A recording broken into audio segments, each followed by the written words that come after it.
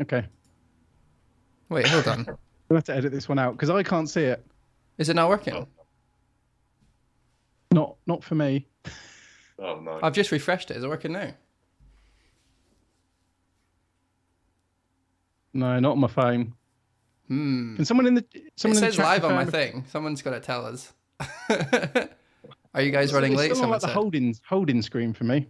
I've refreshed. Everything's working on mine. I don't know. It might be YouTube. There's been things going down all day. Maybe it's just lagging. We might be suddenly live in a second here. Okay, we are now live. Was it not working before? No, it was not working. Oh, Great. Amazing. Shall we restart again? I just said no one was listening. We're looks live. like it's been live about 30 seconds. So we're gonna have to do it all again. Right, start again. This keeps happening, but this time it was not my fault. Everything was going. everything was fine. I don't know what's going on. Podcast. I wish I got invited onto Planet FPL or something. Oh well, no, we could. Now. Okay, so right, here we go.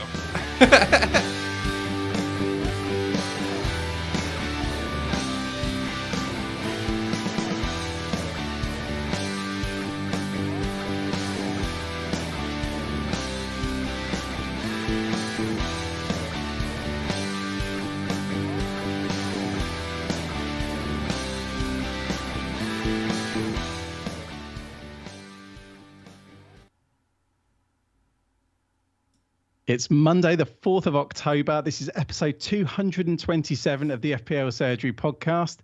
The international break has just begun. My name's Rich, and as always, I'm here with Dave. Hi, Dave. Hey, man, it's nice to be here. Thanks very much for inviting me on. It's been lovely so far. We literally just did 10 minutes, but the live stream wasn't working, and it definitely was not my fault this time. So we're doing this again.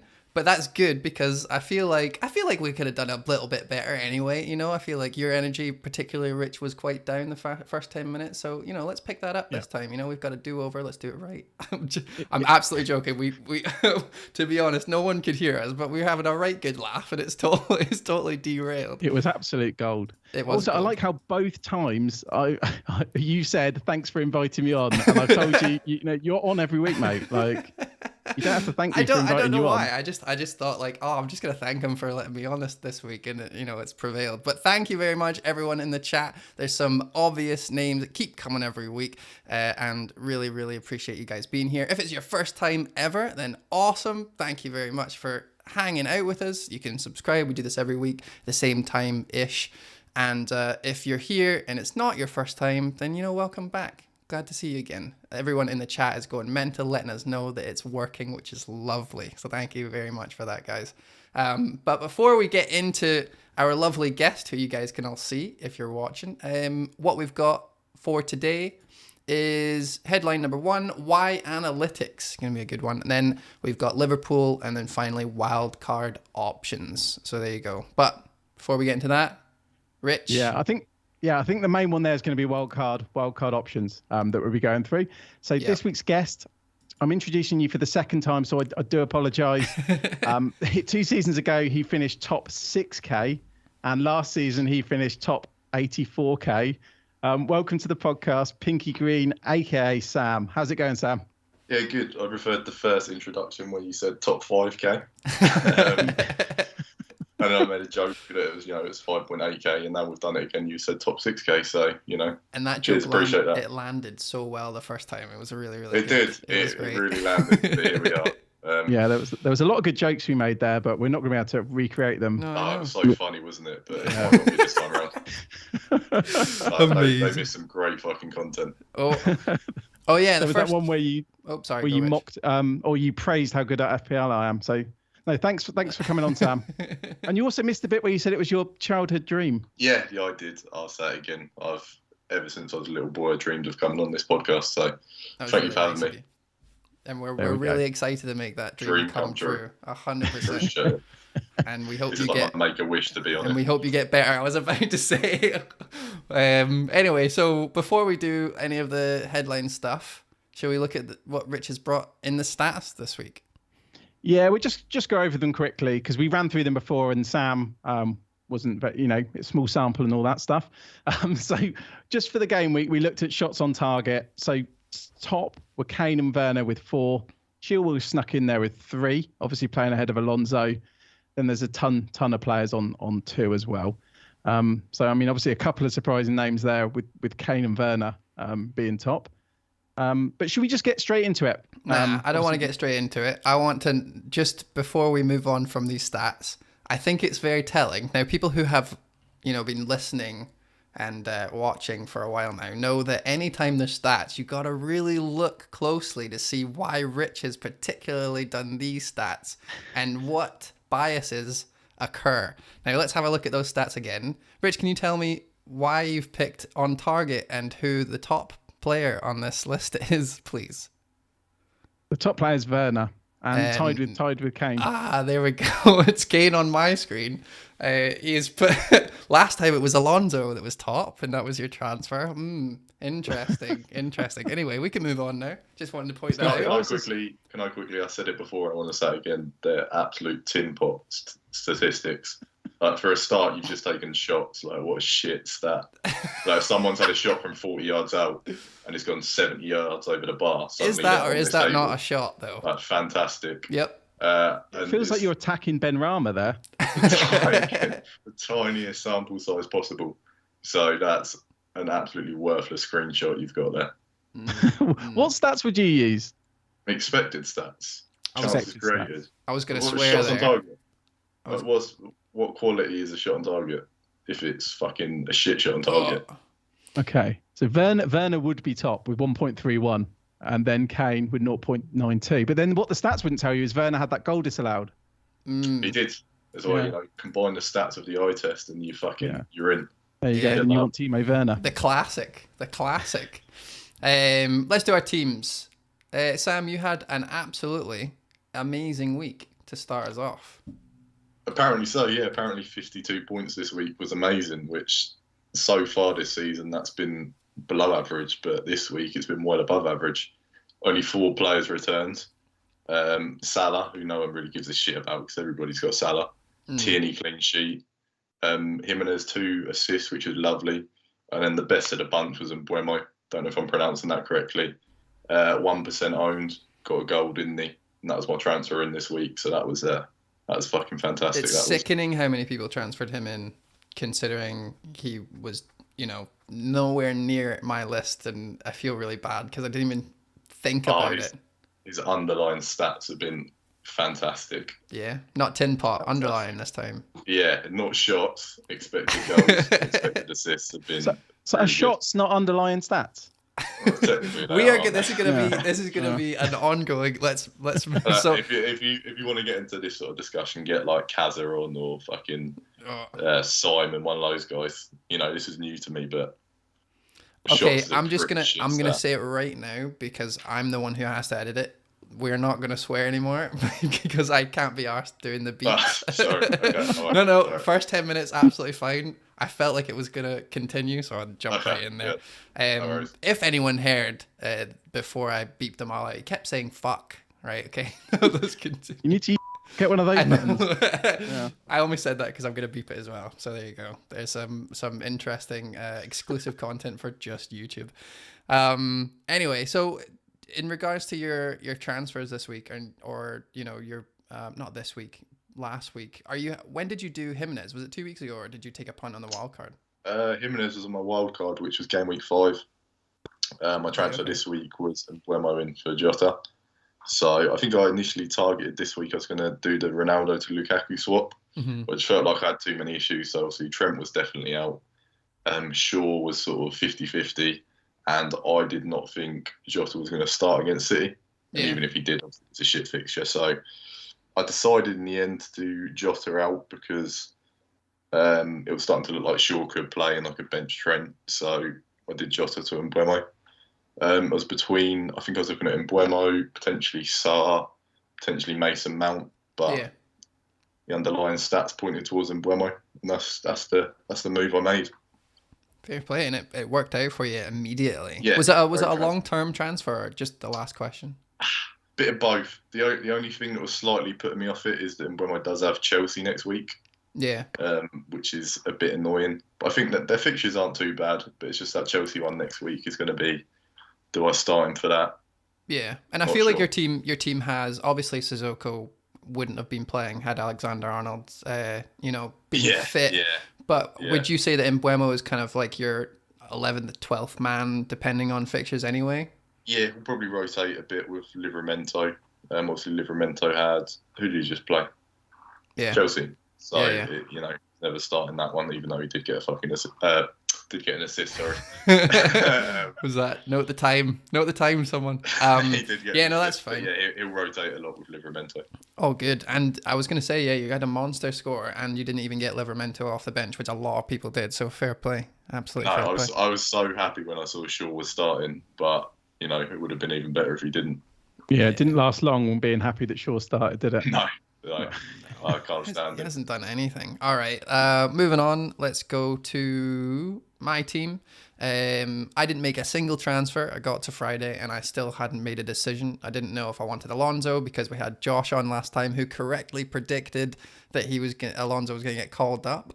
It's hilarious to think back on that now because Chilwell also got called up based on a James injury. But at the time, I didn't know which Chelsea defender I wanted to include with Christensen, so I just dinged it, or ignored it, sorry, and I did okay. I feel like I would have brought Alonso in for Trent, and that would have been, the exact same points, except I wouldn't have 2 free transfers going into an international break. Torres, third game, he didn't start. Amazing, he's probably going to move on, and we'll talk about it more in the plans later on.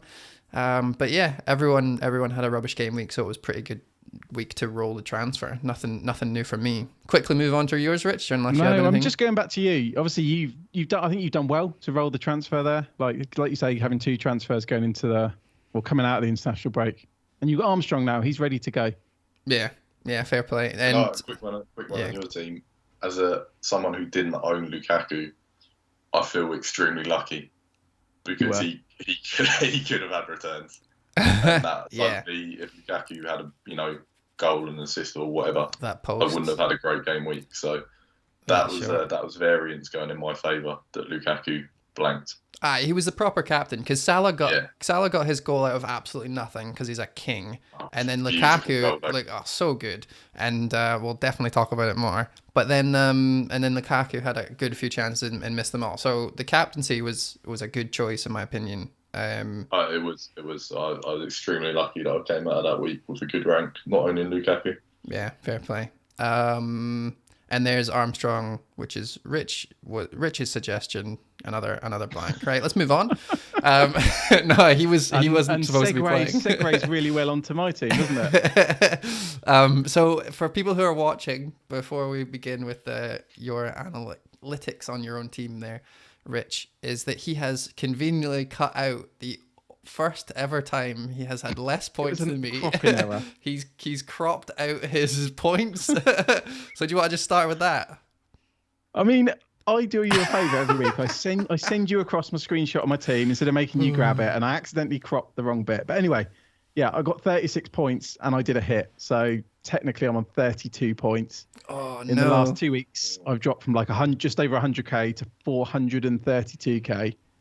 And there were people with almost identical teams 2 weeks ago. They're in the top 10k now. Was it Andy? Let's talk, wasn't it?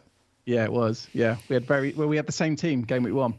And yeah, he's 10k. I'm now 432k, not 440k. Didn't Andy go and Mbeumo as well? Or am I making that up? He did. Yeah, I think he wildcarded as well. He tweeted. He actually tweeted saying this was a nothing game until I remembered I had Mbeumo. And then the first goal went in, and I was like, I don't know how he does it, but he just keeps doing it.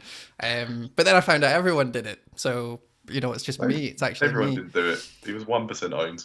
Don't take away my it just feels that everyone has it, doesn't it? But everyone that I look up to. But I mean, with my team, everyone blanked, apart from obviously Salah, who with his effective ownership, that was a bad thing, and I got a clean sheet from Sanchez. Yeah. The moves I did, there were because I had so many injuries. I had Ayling out. I had, who else did I even remove? Do you know what? I can't even remember now. It feels like so long ago. I was stressing it all last week. So I had Ayling out and Trent out. Shaw was a doubt. So I ended up doing, So I did Ayling to Rudiger, or Trent to Cancelo and Ayling to Rudiger. And I was looking at boring stuff like Charlie Taylor, who got 9 points, Loughton, who got 5 points, and ended up doing a hit for Cancelo, who then got zero points. And why did you do that? Yeah, what? Because I was, with my transfer, I had enough in the bank to do Shaw to Cancelo. And I just looked at it and I thought, that's not really worth a hit, is it, when City are going to Anfield? That's now probably going to be my transfer next week. Why couldn't you just waited for that? Because a lot of people told me I shouldn't do it.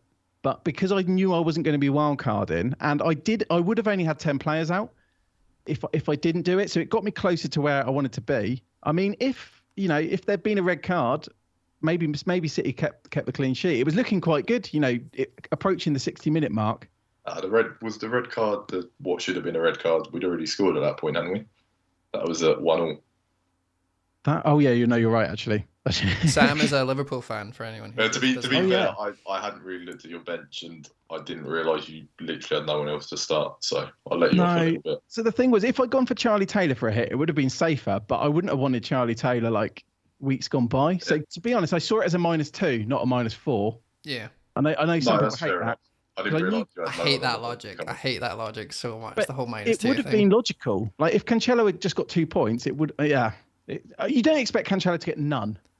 Yeah. Well, I to be fair though, we did talk about this where it's more likely to get a 0-0 when 2 big teams clash than anything else. It just so happened that this was the actual first decent game, like proper big game that built up to hype and was actually decent. 2 things from the chat. Charlie Taylor's an FPL hero, says Colin.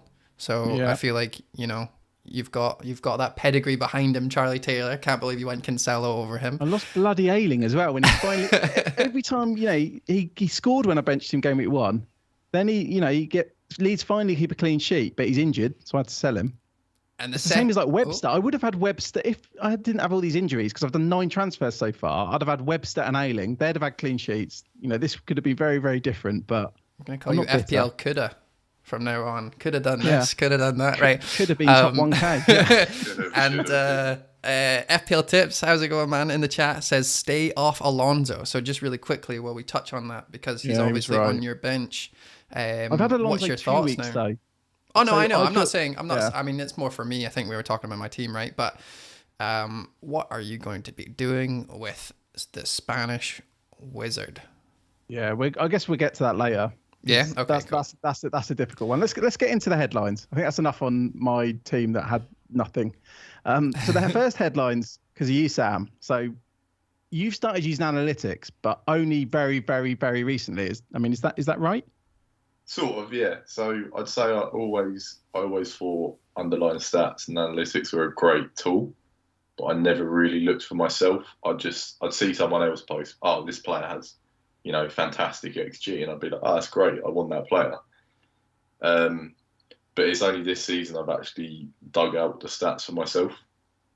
And the reason for that is because I think it's really easy for people to twist stats to fit the agenda they want to fit. I think it's important if you want to use them, you look for yourself. You don't just rely on, certain big accounts that might pump out a thread every week and use stats, because I think they're always going to use the stats to prove whatever point they want to prove. I think you're absolutely right, and you got to find someone who you trust with the stats, because obviously, like you said, I could bring up a stat that would be for an argument or against an argument. But what I like is when people tweet just the stats. Like there's a bunch of accounts that just tweet it and they don't put a narrative behind it, and that's like the perfect tweet for stats. So an example I use, and it's a bit of a stupid one because we all know Salah's probably the best Liverpool asset. Yeah. But if say you didn't, you're brand new to FPL, you didn't know anything, I could cherry pick stats. Sorry, continue. It's not that face that he didn't get it. I could cherry pick stats to convince you that Salah's the best Liverpool asset. I'd just go for XG, and XG plus XA, and he'll be through the roof. I could probably cherry pick stats to convince you that Mane's a better asset than Salah, and I would just go for non-penalty XG, where he'll be higher than Salah. I could cherry pick stats to tell you that Jota's better than both of them. If I did it per 90 minutes, I think he comes out on top. So it's just you can, little things like that. If there's an agenda you want to prove, you can sort of twist them in any way to prove that. Yeah. I don't think the big accounts are doing it on purpose half the time. It's what do they call it? Confirmation bias. Well, it's difficult to make your argument to explain that properly, but it's difficult to make your argument on Twitter without stats to back up, because it's the more interesting part. Like just saying, "Oh, Salah looks good, I'm going to go for him." There's not much discussion, but if you put a stat in there, but the problem is like you only have so many characters. It's very difficult to go, now here's all the points for Salah, and by the way, just in case, because I don't want to look like I'm being biased, here's some stat. Like it's difficult. So you just do 5 tweets and 5 different players and all the good stats. But I love where you're coming from. So what made you go from not doing it at all to this year? Was it just, was there a specific tweet, or was there did something happen? Who hurt you? Lots of people hurt me. But that's oh, wow, we've got an hour if you need it. I don't really know. To 2 years ago, obviously I had a great season where I finished 5.8k. Last season was a bit disappointing. I think I finished 80k, 90k in the end. Yeah. And I don't know. I fancied making a change. Like I say, I think stats are really useful. I know people talk about the eye test and they say, the eye test is better than stats. Who's and clicking? The eye test probably is just as good as stats if you can afford to watch 10 Premier League games every week for 90 minutes. Yeah. I don't think anyone can realistically do that. You can't watch match of the day and say this player passes the eye test. You have to watch every game for 90 minutes if that's how you're going to base your decisions. Yeah, and especially not this season. No, and I don't think no one can watch every game for 90 minutes, surely. No one has that much spare time. Pinky, are you clicking? Oh, yeah, sorry. That's naughty. That's naughty. Sorry. The editing time that this podcast is going to take. No, I'm joking. Oh, it's fine. I'm just definitely being too anal about it. Anyway, Rich, you were going to say something? Yeah, I can't remember what I was going to say now. Yeah, was it about pens? Were you going to say something about the clicking as well? Players off match of the day. Analytics. No, I think I was going to say, obviously, like last season, it probably was possible to watch every game because we were in lockdown and they were most of the games were on at different times, weren't they? Yeah. But even then, I guess you can miss things, or you can just watch things, can't you? You want to see something, so you can have your eye test can have like confirmation bias as well. Yeah. But, so for me, when it comes down to the eye test versus underlying stats, I think they're both fine. But if you're using the eye test, you have to watch every game for 90 minutes, and I don't have the time to do that. I don't think many people do. What do you do when someone's like a bad finisher, like someone like Werner, or I guess a lot of people say Mane was a bad finisher the other week. People were very, very angry at Mane because they cost them Jota points. I personally don't think many players at this level are bad finishers. Traore. Sorry. Yeah, maybe a few stuck exceptions. in my throat. But I don't think Werner's a bad finisher, and I don't think Mane's a bad finisher. I think they both have been unlucky, and they're probably not world-class finishers, but I don't think they're bad finishers. Would you... sorry, continue. No, you'd like Traore. You have to take it into account. Like Traore was racking up the XG, wasn't he? And I guess that's where you have to be careful. I know a lot of people went for him for that reason, and it hasn't worked out. Yeah, I think that it's interesting because see, if you just go purely on stats, it will take you quite far. And if you go purely on, I mean, I don't want to turn this into a form versus fixtures, or not form versus fixtures, eye test versus stats. But the where the stats fall off is exactly where your eye test will help. Whereas where the eye test falls down, stats doesn't really help, which is why I think stats should come first, right? Like, I have had the best ever season because I was way heavily more in stats than I am right now. And then, and what I always found was if I wasn't sure about a player, I could go and find a clip, or I could go watch the highlights for that game and specifically watch that player. Whereas when you're watching the game, we always have a tendency to watch what's happening with the ball and not what other players are doing and everything. So do you find that you have the same sort of outlook on it where you're using the stats but also connecting it a little bit, or do you think you could get by purely on your newfound analytics? No, 100%. I think you do need to, use the eye test a little bit, I guess, or even, historical data as well. One thing I should say is, looking at the stats for this season, what are we, 7 weeks in? Yeah. I think the analytics experts would say that sample size is still too small to take anything away. Yeah. So you can't, a lot of people looked at Traore after 4 weeks, had great underlying stats and they stuck him in their wildcard. Why did you bring in Buemo in? No, I'm joking. I'm joking. that was 6 weeks. That was 6 weeks and it worked. So that's different. I'm only joking. No, it's fair. It's fair. You have to be very careful with sample sizes, though. And again, I'm new to this, and I wouldn't have said that had he not scored. So don't you worry. Something I find quite interesting with this whole thing as well is obviously, I'm not saying it's captain hindsight, but you need a big sample. So it almost feels like you're going to get like halfway through the season, 3/4 of the way through the season. Probably even then, you'll be told it's too small a sample. Yeah. So, I mean, when is it? Because like players could be retired by the time you're like, oh, actually, he was quite a good pick. All right, let's not get ahead of ourselves. But maybe a season.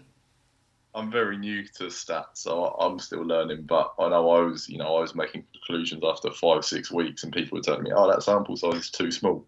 But for me, it was Spurs. I remember looking at Spurs and looking at their underlying numbers when they were top of the league, and they were awful. Their underlying numbers were awful, and I was just not sold on any of their players at all. And people were saying, "Oh, the sample size is too small." But what other sample am I supposed to use for Spurs under Nuno? Yeah. Because he only managed them for 4 games, and those 4 games, the underlying numbers have been shit. So I wasn't going this on Kane. I don't think many people were, but it's hard. Is a small sample size better than no sample size? I don't know. I think there's probably a line where you get to the point where, right, sample size is too small, and then eventually, we can use it now. But before that point, it's best just to watch as many games as possible. Is there anything, I meant to ask this before, is there anything that you would say that stats don't cover that you've found? Like, so for example, the shots thing you were talking about before, where, the shots doesn't take into consideration how bad the shot is, so you like XG, but is there anything else that you can think of? I think an important one when it comes to XG is the quality of chance against how many chances they're getting. Right. Say you've got 2 players that have 0.5 XG, and one of them can only have 2 chances a game, but those 2 chances are worth 0.25 XG. Would you prefer that player over another player who has 6 or 7 chances a game, but those shots are really low quality, 0.1 XG? Would you rather your player were getting a few very good chances or lots of very bad chances? And what's the answer? I think I would say few very good chances. Yeah. Rich? Yeah. Like a few tap-ins versus 5 shots from outside the box. It's the Watkins thing, isn't it? It's like Watkins versus Ings. He used to get a lot of good chances, though. Well, he still does get good chances, Watkins. Like, he missed a lot of big chances. I do find it interesting, though, because I think what you're saying, though, Sam, with, like, picking stats to choose your narrative for confirmation bias, I think I probably have to admit I do that a lot. Like, not as much as some people might. I do it. Yeah. I do it as a joke sometimes. So I post my team and someone says, "Oh, you've picked that player, they're terrible." And I will find the stupidest stat to say, "No, that player is good." Like, it could be anything. And I'm sort of taking the piss, but... Well, this is where it's so true, though, because I've done that with when Hazard was about, and I remember I really wanted him, and I remember thinking, I'm going to go check the stats just to make sure they back up the eye test that I'm seeing. And they didn't back it up, and I still went for him because I was like, nah, because I test. And he did really, really well in his last season, for at least a couple of weeks. Whereas sometimes I've been like, oh, these stats are great, I'm going to go have a look at this player just to make sure. And then if I did it anyway, then I forgot that it doesn't. That's amazing. Oh, I don't even know how to explain that. Yeah, I learned the hard way with that. For anyone listening, Sam does need... I said I'm absolutely busting for a piss, and I've been massively stitched up by the time we recorded for, 10 minutes? Was it 10 minutes? No. Yeah, you're right. And then we realised we weren't actually recording, so we've been going, 50 minutes to an hour? Nah, we've been going 37 minutes, but 10 of those weren't live, so 27 minutes. You just didn't go earlier. I can't believe you wrote that in the Skype to let us know when it came up on the thing. Don't mind. I'm open. I'm I don't fasting know. for a kid. Oh yeah, okay. Well, I'll make this Right. quickly. We can do a wee extra, or a wee quicker piss break then. But what was I going to say? Oh yeah, so I got Hazard, and he did really well despite the stats. But then also what's happened is the stats looked really good, but the eye test didn't. And then I brought them in, and it didn't work out. Now, obviously, those are two. He's still howling at that. He's still laughing a lot. Rich is. Have you thingied your mic because of this laughter? He's crying. I can't laugh. It's going to make me need the toilet more. It could have been so much worse. Right, okay, let's just dig it. I'm just going to go. Yeah, just go. Right, we're going to take a very early piss break, and we come back. It's not we're early, going to. because you messed it up, and we went for 10 minutes. We'd still, mate. My clock started as soon as I pressed it on here. We had 7 minutes to go. I'm not letting you get away with it. No, I'm joking. It's absolutely fine. It happens to everyone, and we'll be back soon. And for everyone watching on YouTube, we're not away. Hello. What happens on YouTube, Sam, is we take this opportunity to just chat with the chat, and they'll ask us a bunch of questions. So you go. Yeah, you can go. Cool. That's so funny. What I was yeah, go. I'm going to go for 2 minutes. Zlatan in the chat said Penguin is my idol. I read that just before he did that, and I was like, your idol is 1 second. Are you away? Oh my goodness. I don't even know what I was going to say there. I think my point was going to be that although it has worked sometimes, I feel like it would be a great consensus if you found out how many players you bring in that turn out to be really good because you brought them in with the stats, not eye test, versus, the other way around. Because sometimes the stats don't correlate with the eye test like Traore does. And sometimes, it works the opposite way, and it does work out anyway. But anyway, if you are here for the first time and you don't know how the piss break works, basically, Surgery did piss break for many, many years now. And then they wanted to go on YouTube. So we did the YouTube thing. We're doing it, and it's working really well, and we really enjoy it. However, the piss break doesn't really work for live shows. So instead, we just chat to the chat for 5-10 minutes and actually get questions in to talk about them. Anyone else think he's misgoogled analytics on a lonely Thursday night and his laptop spell checked him and now he's just in a massive web of live? Rumor has it his missus is in the chat. That's how me. Probably. Nah, that's not true. He seems to be really into it, which is great. We've all been there. I'm just going to scroll up.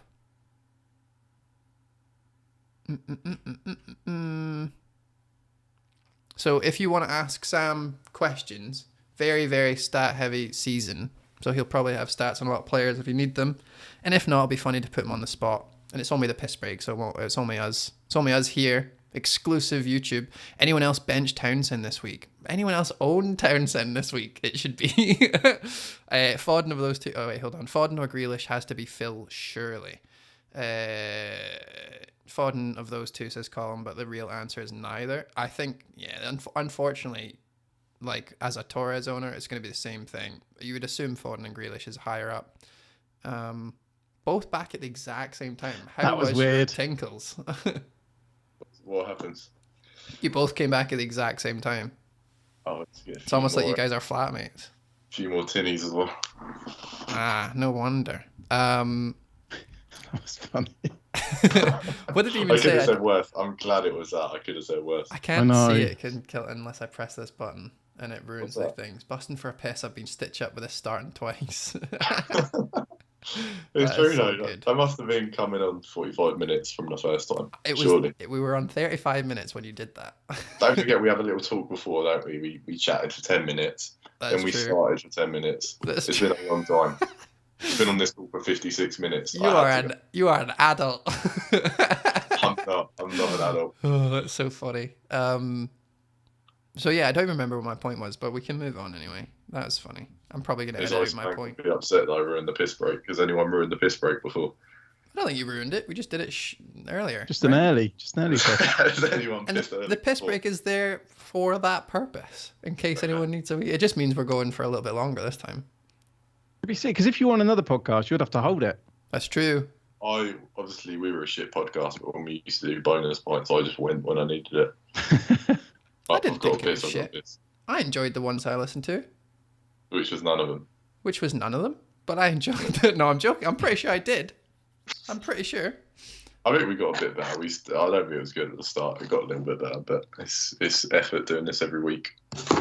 Yeah. Oh, but it's fun though. It's pretty decent. It's good fun. Colin asked, here's one: double Chelsea defense or double City defense? City stats better, but Chelsea. This is one of. So we've got loads of questions. So these are just going to go over the questions we've got for the actual show. Oh, is that an actual question? Fair play. Yeah. Well, not to spoil it, but yeah, there's a lot of questions. We did talk like about that loads last week, Colin. No, I'm joking. But it's changed now, though, hasn't it? It changed. It's literally because now Liverpool's out of the way for City. But it's going to change every week based on how good they play.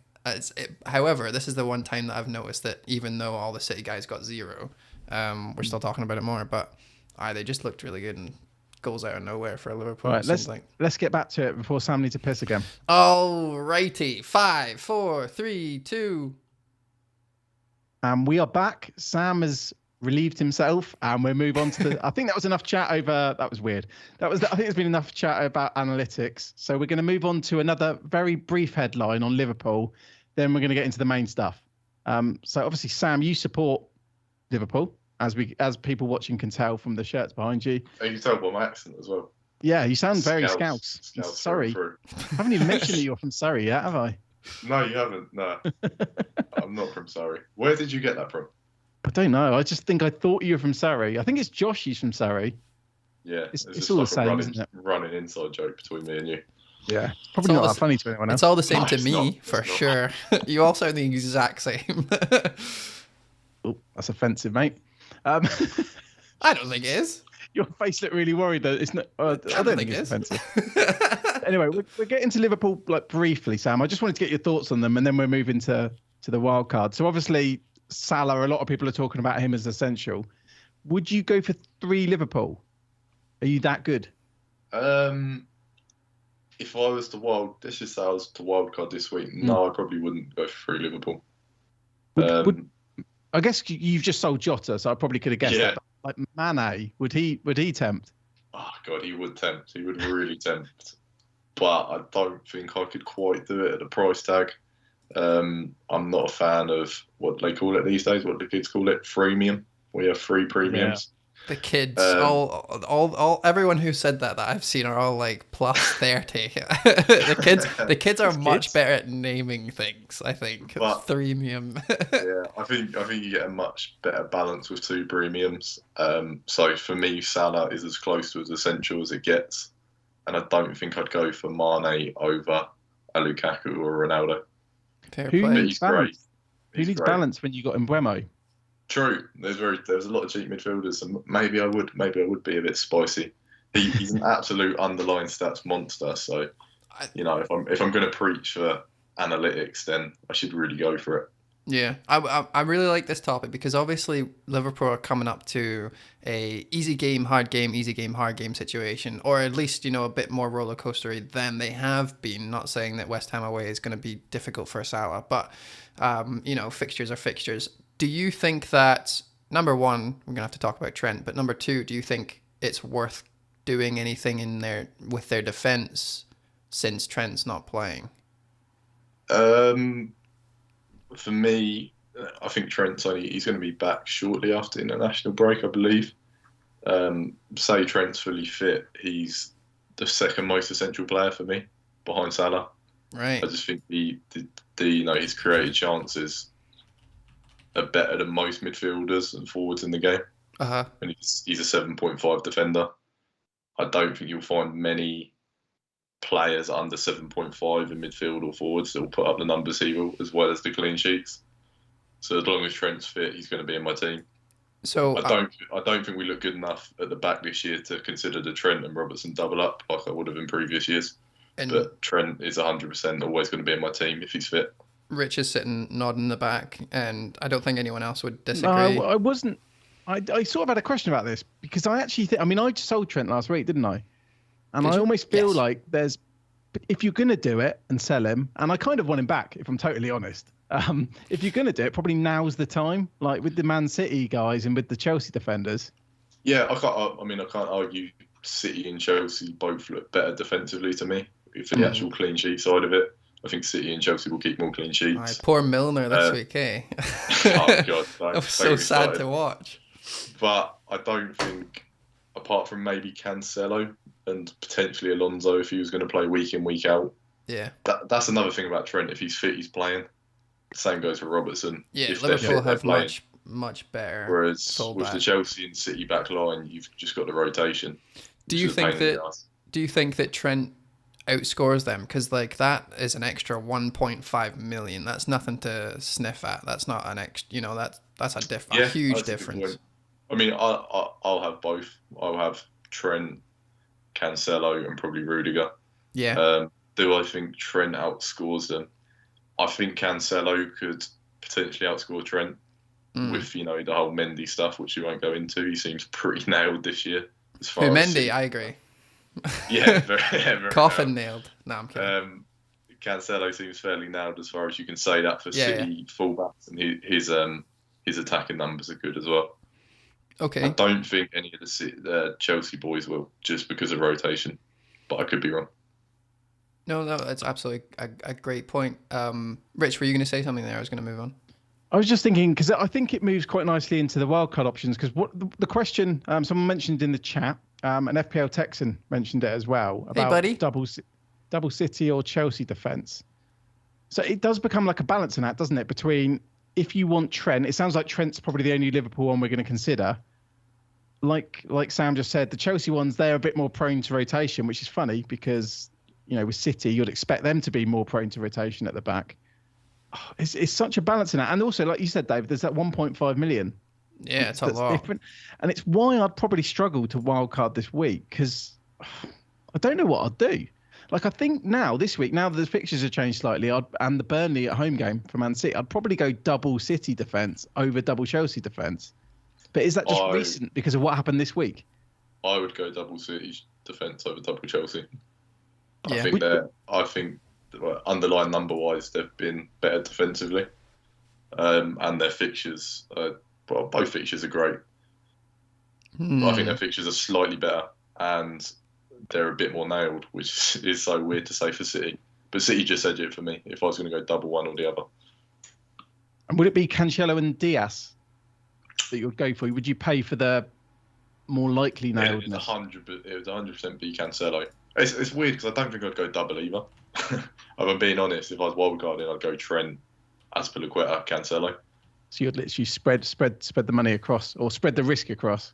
Yeah. Because Laporte at 5.5, his attacking threat looks pretty crazy. Like, we compared him to Walker last week, and it's hands down Laporte. Yeah. No, it's true. But are you worried about Stones? I would be. This is partly why I'm happy to wait with my wildcard. It's been a bit scared, but it's just wait. Like, if I'd waited for Alonso, I'd probably realise, now Chilwell's back. And it's the same with Laporte. Like, if Laporte starts a couple more games, then I'm pretty confident he's like the new John Stones, as in last season. Yeah, true. For me, Cancelo is by far the best City defensive asset. And I love Azpilicueta for Chelsea.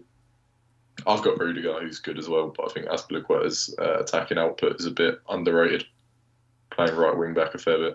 Yeah, and it looks like Reece James. I mean, Reece James has been pulled out the England squad now. So, but then Azpilicueta's in the Spain squad. Him and Rudiger are surely the most nailed in that Chelsea backline. The fact Azpilicueta can play right centre back or right wing back, and his numbers when he plays right wing back, he created all sorts of chances against Southampton the other day. He got an assist, didn't he? Was it 1 assist, 2 assists? It was a second offside. Was this Azpilicueta? Yeah, he got 2. Yeah, he got 2. He got 2 assists, that was so unlucky as well. I mean, Lukaku missed that sitter. Then Azpilicueta hit the bar. Yes, that's what I'm thinking. Yeah, so he probably should have scored. Then it would have been a Lukaku assist for the Azpilicueta goal. It was Rudiger that got the offside assist, wasn't it? It was. Do we think that the reason why Azpilicueta was so attack heavy this week is because Alonso wasn't playing? They just totally inversed. No, because Chilwell was attacking down the left. It was just because I guess James was out, so he's playing right wing back. Yeah, it's just that formation, isn't it? If you can get either of those wing backs nailed, then I think they're gold. So then it obviously Azpilicueta's attacking threat then is only prevalent when Reece James isn't playing. It's going to drop off a little bit when he's playing right centre back. Yeah, then they can play Hudson-Odoi. So how long's James out? Ben Dinnery's website says on October 1st, Tuchel was saying that Reece is training in the pool right now. I understand he was selected for the football team. This will not happen. And then we found out today that that was correct. So there's no return date. I think even when James is back, Azpilicueta will get games at right wing back anyway. Yeah. He's also Reece James has never started every week, even when fully fit. Yeah, and he's good. Azpilicueta is good for underlying bonus points as well. As I think, Josh went through all this. He had all the data on it last week. He is good for those. And it was annoying because I couldn't afford Cancelo and Azpilicueta. I was 0.1 short, but he's clearly better than Rudiger, but maybe not as nailed. I think that could be fair. Yeah, I'm happy with Rudiger. I've got Rudiger. Obviously, I wildcarded the week he scored a header, which I knew he was going to score a header that week, which is why I got him in. But I do think if I was wildcarding this week, it'd be Azpilicueta, personally. We have a few questions or a few things in chat from this. So Zinchenko coming back soon. Just hope they don't rotate with Cancelo. That's something we need to think about. I think Cancelo can play. He can play right back as well. Aye, he might take over. That's one of the things we talked about. Triple City defense overkill ? Laporte, Diaz, and Cancelo, and then on Laporte, Andy Let's Talk brought him in on his wild card. So I mean, some of us have Christensen, and that's kind of the Laporte equivalent, right? The cheap second centre back that might not play all the time. But can we talk about Laporte for a little bit? Because now, it's been a while. It's been longer than Alonso. Alonso finally got dropped. Do we think Laporte's going to get dropped? That whole left-footed centre back thing? I think for a start, when you talk about City and Chelsea, it's hard to say a player gets dropped. Yeah, because they rotate so much. Like, did Christensen get dropped, or was it just rotation? the actual word dropped in general instead of rotated? The difference between dropped and just rotation. Yeah. Do we think his rotation will fall nicely for FPL, Sam? Yeah, I don't know. He's played great, so he has. He's looked much better. Do you remember he used to just slide tackle everone 5 seconds too early, and now look at him. He looks like Messi sometimes with his bad foot. I think Christensen, it's a good point Sam makes, because I think Christensen, he's like clearly being rotated because they've got so many options. Whereas I feel like with Laporte, like I mentioned where we saw Sterling's last year, if he can nail that down, I think he'll only be dropped. Yeah. Like obviously, he's on international duty with Spain. They're playing Nations League, like semi-finals and potentially final as well, like during the break. Same with all these Spanish players, even though obviously he's French. But I think Laporte is probably, if he continues to play, he could consistently play the entire season, whereas I think Christensen might keep getting rotated. I agree. And especially the title race is so close. I think, you want, especially in the back four, you want a centre-back partnership, which is, they're building chemistry and they're going to be nailed together. Even Pep, I don't think, is going to constantly rotate centre-backs in such a close title race. Yeah, and I even remember Laporte. I'm not saying this is going to happen, by the way, but I remember him playing left back as well. Like, because he was a bit of a double game week hero a couple of years ago. Yeah. Yeah, I think that's why they spent so much money on that position though, because they wanted it absolutely covered, so they don't have to do that anymore. But but anyway, so we're on lawyers. we're on Wildcard right now, our chat, right? So if you guys were wildcarding right now, let's talk your very first pick in defense then. Rich, we'll start with you. This is because this is one of the reasons I don't really want a wild card. I mean, I guess it would be Cancelo. Cancelo. Cancelo would be like, hands down. I mean, that's why I did a hit for him last week. 100%, same as me. And you, Sam? If it would be Trent. Yeah. Okay, Trent. So let's assume that he's fit then for this chat. So I'm gonna pick Cancelo as well. So then second choice for me would be Trent, because of the nailedness and it's blah blah blah. But what about you, Rich? Second choice? Probably Rudiger. Yeah, not Chelsea. Yeah. Okay. So Sam, third choice? Third choice would be Azpilicueta. So you're on Cancelo, Trent, and Azpilicueta. Was a lot of money. This is why I don't think I could do the triple premium.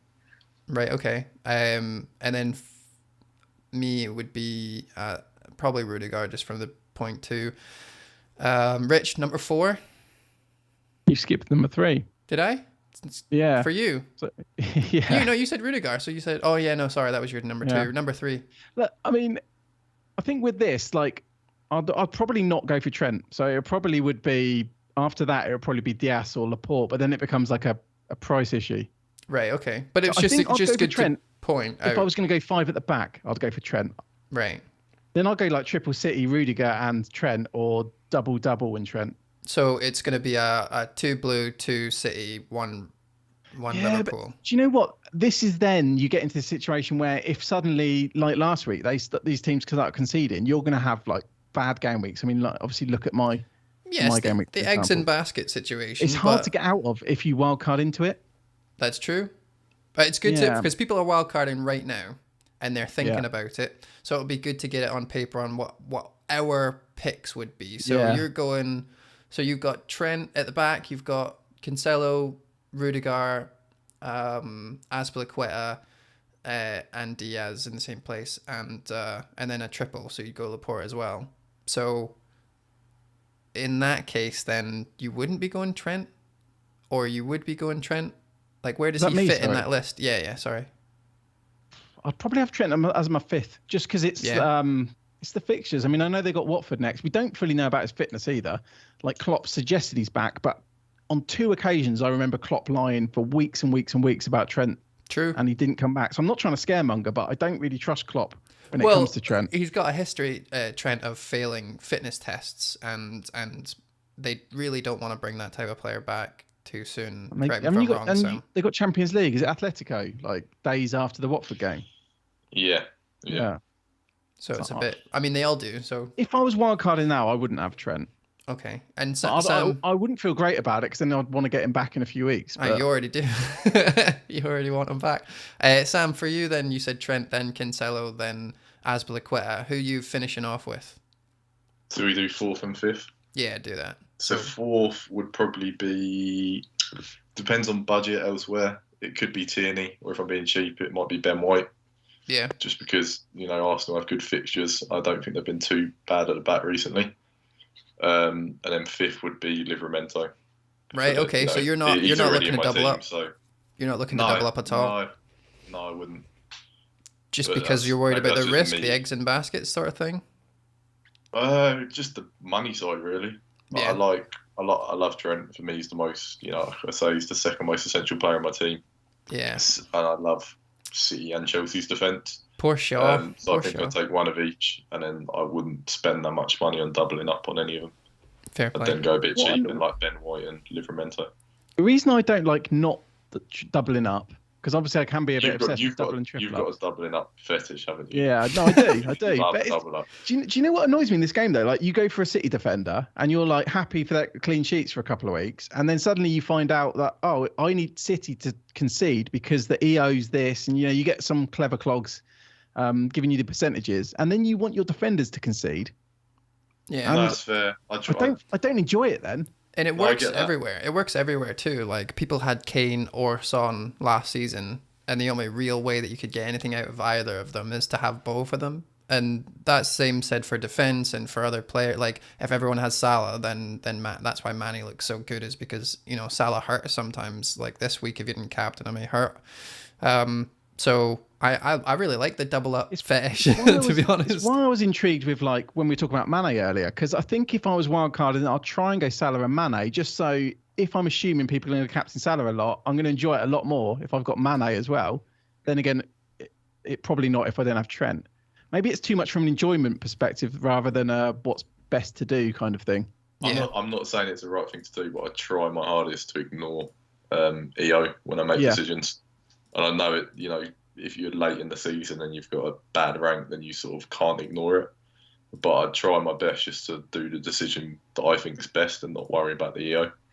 Yeah, no, that's fair. Should we move on to midfielders? So yeah, do it. I'm actually going to make this team, or try and make the team. Okay. Yeah. So Jimmy the Clarets basically asking about these budget 5.5 mids. So Doucouré, Gallagher, and Mbeumo, and then JLP FPL's chucked in Smith Rowe as well. Sam, I'm guessing I know which one you're going to say. Yeah, I literally had that decision this week for a transfer, and I went Mbeumo. Was it close? Did you hear that? Yeah. I just dropped like a photo frame. Was it close? I was considering the Arsenal boys a little bit because the fixtures are so good. But Arsenal as a whole, their underlying numbers aren't great as an attacking side. I think the only reason it was close is just because Brentford have Chelsea this week, and I respect that defence so much that it's a bit of a bummer. I think if Brentford didn't have Chelsea this week, it wouldn't have been close. So he'd have been clear of like Gallagher and Doucouré. Yeah. Okay, that's interesting about the Arsenal. Is that Arsenal's numbers over the season or even more long term? Over the season, even more recently. Again, tiny sample sizes. They don't seem to create a whole ton of chances. Yeah, I got you. No, I wasn't trying to catch you out with the small sample sizes again. That's fine. It was interesting with Gallagher as well, because obviously he got subbed at like 70 minutes. Then Elise came on and scored off the bench. So I was obviously delighted for him. He had 3 shots in about 10 minutes. Obviously 2 of them were for the goal. I don't know if he stole any set pieces yet, because I think Milivojevic has been taking a few. Gallagher's interesting though, isn't he? Because he is putting up good stats, but are they just not as good as Mbeumo's? Not quite. But I'd be lying if I said I've looked at Gallagher loads and Palace. I'm not sure what Palace's fixtures are like. Quite mixed, to be honest. Like, they don't seem to have a consistent run of good ones. It's like they have a good one then a bad one. Yeah. I think I just prefer Brentford as a team. And Mbeumo is a little bit cheaper because of the price rises, so that helps. And then also fixture-wise, he's looking a little bit better and medium term. Once you get Chelsea out of the way, it's very nice, really. Yeah, I mean, to be fair, Gallagher's not got the worst. He's Arsenal, which isn't that bad for an attacking fixture, although it's been getting a little bit better now. And then you've got, because Brighton should have scored, to be honest. And then they've got Man City as well in game week 10, so it's a little bit more Mbeumo. But would we be saying that if he didn't score? Like, would you be on him if he didn't score, Rich? Do you think? Probably. Yeah, I don't think it's just him scoring. I mean, obviously, before he scored, he hit the woodwork, didn't he? He was very close. He looked lively. Do you want a couple of little stats for you? Yeah, we'd love some stats. And Mbeumo, per 90 minutes, has a higher non-penalty XG and expected assist, higher than Rafinha, higher than Bruno, higher than Grealish, higher than Jimenez, higher than Tony in his own team. His underlying stats are a 5.5 midfielder. He's essentially playing up front as well. Is this where I need to go and fact check it though? Because obviously you've used per 90, so now I'm cautious that you've like skewed these stats. I'm fitting my agenda, but I think a 5.5 midfielder that's playing up front essentially and putting up those numbers. Yeah, he's pretty much out of position, but he does play 90. Like he it's not like he's getting subbed off early, right? Or am I mistaken? He is playing 90 minutes. It's not like Jota. Get subbed against West Ham, I think, a little bit. I can't remember how early. I'm going to find out. I've got the power right here. Did either of you watch that game, that Brentford-West Ham? I was watching it until Elise came on. I was watching it. Even before his goal, I think he hit the bar twice in like the first 5 minutes. Wow, I seen the tweets. I wasn't watching, but I seen everyone going nuts. 90 minutes, 90 minutes, 90 minutes, and then a West Ham 81 minutes. Yeah, 81. So that's fair enough. For me, and the fixtures are about to get really nice. So I think a lot of people have been waiting on him and Tony. I guess some people might even look at doubling up. I don't think that's a bad shout at all, especially once you get Chelsea out of the way. Like Tony seems to be playing quite deep. So obviously he's on penalties. He's really good at penalties, but he does seem to be playing quite deep. Like more of a creator. Is that? I think that's what the stats are showing. I feel like I need to talk about stats all the time now. You're on, Sam. It's a great way to go. How weird is it? Just pause for a minute. Like, would you have thought Rich a year ago? Like me, you'd be saying you need to talk about stats. I know. I keep trying to twist it in my head. Like I've got to make it about stats because otherwise Sam's going to be like, "What?" I'm literally brand new to this. Like I'm not. You're not talking to like Kaza or fucking Simon or anything. In a way, I almost like prefer it because it's like it's not getting like too like what I don't understand this now. You know what I mean? Like it. Yeah. So I've left Salah in the team. Just to go for and Sanchez and Lukaku. So we've got 3 more spots in midfield and 2 more strikers. I'm going to say right now that if you hadn't used your If you hadn't used your wildcard, Dave, like I would think right now you're getting us to build your wildcard team. No, I just thought for a visual it would be better. So right now we've got Cancelo, Trent, Aspi, Laporte, and Livramento in there. I mean, I think Rafinha has to be in there, surely. I was going to say, as an underlying stats man, the fixtures turn. Rafinha's got to be in there for me. Right, he's added. Easy peasy. Way to go. 100%. We've got 2 more spots. Do you know what? It's funny, actually, because late riser message saying, if you're talking about the guy in the GIF, please can I get a shout out? So obviously the GIF we that use. was my next mention. Yeah, it's Phil Foden. So late riser did mention it on the wire last week. So I did say I'd mention that because he did. What are we thinking for Foden? He looked good, didn't he? So good against us. He always looks good, though. That's the thing. Like, he always looks good. Did you see the joint man of the match? That made me laugh. Yeah, that was a bit ridiculous. It was a bit weird. You wouldn't get that for smaller teams, would you? Like, if it was like the Brentford game, you wouldn't get like, oh, they've given it to like, Mbuemo and whoever. I think they felt sorry for him, to be honest. It was a bit tin pot, but the fact Salah scored that goal and made that assist, and they're still saying that it was close between him and Foden. Foden was so good against us. He was good. He was very, very good. Is he going to play enough that I should put him in my hypothetical wild card, lads?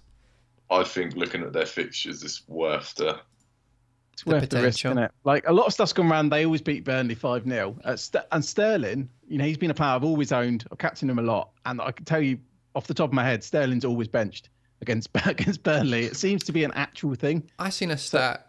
I'm going to jump in with a stat. I know it's not my usual thing, but I feel like... you're like infecting us with stats. No, I seen that in the last 2 seasons, Mahrez has scored, I think it was 33% of his goals against Burnley. 33% for the season. For this whole season, yeah. That right there is what I'd call a tin pot stat.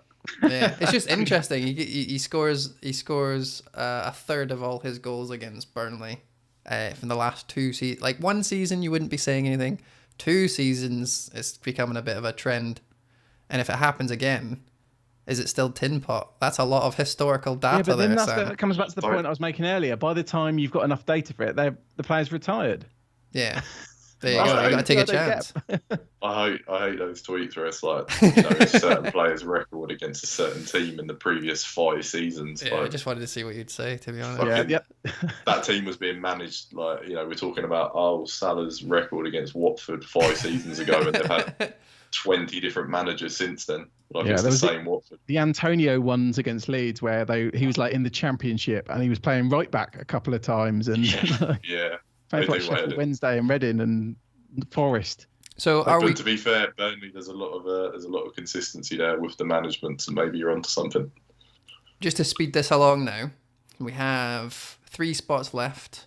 I'm assuming that we're going to go a cheapie in midfield and not up front. So I'm going to just put Mendy in there for fun. The 4.4 midfielder. Which means we've got 14 million to spend on 2 strikers. Who are we going for? Because I've got Lukaku in. This is interesting now, isn't it? Because obviously Antonio is probably up there, but then the fixtures do get a little bit. Fixtures turn, yeah, but he's again underlying stats. He has the best underlying stats in the league. Yeah, I feel like there's no fixture where I'd be worried about owning him, but there are hundreds of fixtures where I'd worry about not owning him. I'd have him on a short leash if I got him on a wild card. Between him and Bamford. Bamford would be incredible. See, Bamford and Armstrong will have the fixtures if Bamford's obviously back. Yeah, I had Bamford for a bit. That was good. I presume we can't afford both, can we? I don't think we can afford both. He's 8 million now. We've got 6.2. No. But we could talk about that. We could go Christensen over Laporte. We could take Laporte Foden probably out. is a bit risky. We probably should have Rudiger. I've only just properly looked at the team you put together. I'd probably go for Rudiger because he is nailed. And also, this is my wild card. Obviously, I've lost money on Torres and stuff. Like to be honest, the thing with this, I wouldn't wild card to this, but I like some of the players in it. Yeah.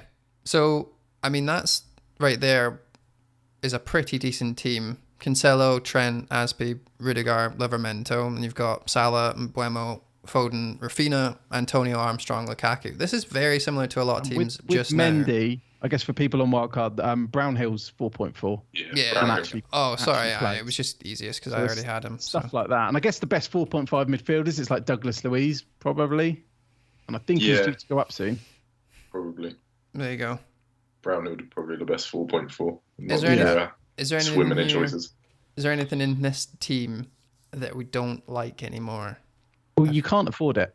No, I know I can, but I'm and I don't like that. You're right, but most people will be able to. That's a problem. If you wanted to be able to afford it, how much is Armstrong? I can't see, it's too small. 6.0. But let's be very clear here. Lots of people have Rafinha and got him before he went up in price. A lot of people got Livramento before he went up in price. A lot of people got Rudiger before he went up. A lot. Cancelo just went up. So people get this. This is a very easily. I reckon both of you could afford this. Probably. Just for discussion, how much is Hwang for Wolves? Who? Am I pronouncing it wrong? No, I just think it's Hwang. funny. For Wolves. Yeah. How much is he? I think he's 5.5. He is 5.5. So yeah, you could go there for sure. See, I really like Armstrong because something we've obviously we've talked about Armstrong before, and this is the nice fixture run with Ward-Prowse suspended for 3 games. We're assuming because he was on penalties at Blackburn, he might be on penalties at Southampton. Yeah, for 6 million. Give him to Shea, right? I don't think he's scored a penalty ever. I think it will be Armstrong, and I remember Lucy Hynett, who's Sports Saints. I did ask her on Twitter, and she seems to think it will be Armstrong. Like she didn't guarantee it. Aye, because Ward-Prowse hasn't missed a minute of football in like 50 years or something, right? And now he's missing, like, because he was one I was really looking at to bring in for these fixtures because they've got Leeds. They're at home to Leeds, then home to Burnley, and then away to Watford. It doesn't get much better. Yep, he's missing all 3. Does that change how good they're going to be? He's obviously a belter player. Apparently, he's been playing. He's not been actually fit, and he's not been playing that well. Ah, so they might get better. I don't know about that. It's, Okay. Anyway, well, that's something for a different day. Just stuff I've heard, Like, no, it's good. Yeah. So let's go through this team then. For a nice wild card, you could get Trent, Cancelo, Azpilicueta, Rudiger, Livramento, Salah, Mbeumo, Foden, Rafinha, Antonio, Armstrong, and Lukaku with Brownhill as your fodder. Now, obviously, we talked about how much Alexander-Arnold is. And if you wanted to, you could absolutely take him out and go for Laporte. Or you go Diaz, I guess, if you're going to bring Trent out. Or Diaz. I was just saying Laporte because that means you'd be able to afford Bamford if he's back. Yeah, if he's back. So you could do that, or you could go for. Yeah, There's still. Diaz. I mean, I still quite like Sarr as well. Like I know they got Liverpool at home. He scored a brace last time. I think last time he was playing against Liverpool. So would that be instead of Mbeumo then here? Or I think I do prefer Mbeumo, but it's close. The fixtures aren't great, are they? I know Liverpool, but I didn't think they were great. Then the thing is, I keep saying people seeing. So first of all, they've got Ranieri, and so there might be a new manager bounce. But obviously, that might not be a thing. But even before then, I didn't think the fixtures in the really short term are that bad. Like the next 3, they've got Liverpool at home. Yeah. Everton away, then Southampton at home. Like I don't think it's like the worst. It's another big team after that, isn't it? Then it's Arsenal away. Yeah. And then United at home. Then Leicester away. And then they do have Chelsea and City, but both at home. And then the run gets. Look at that. It's ugly looking. You compare that to Mbeumo though after Chelsea, and I'd struggle. But he's a talisman. Okay, well think about it this way. If you're sorry, I don't think he's that bad.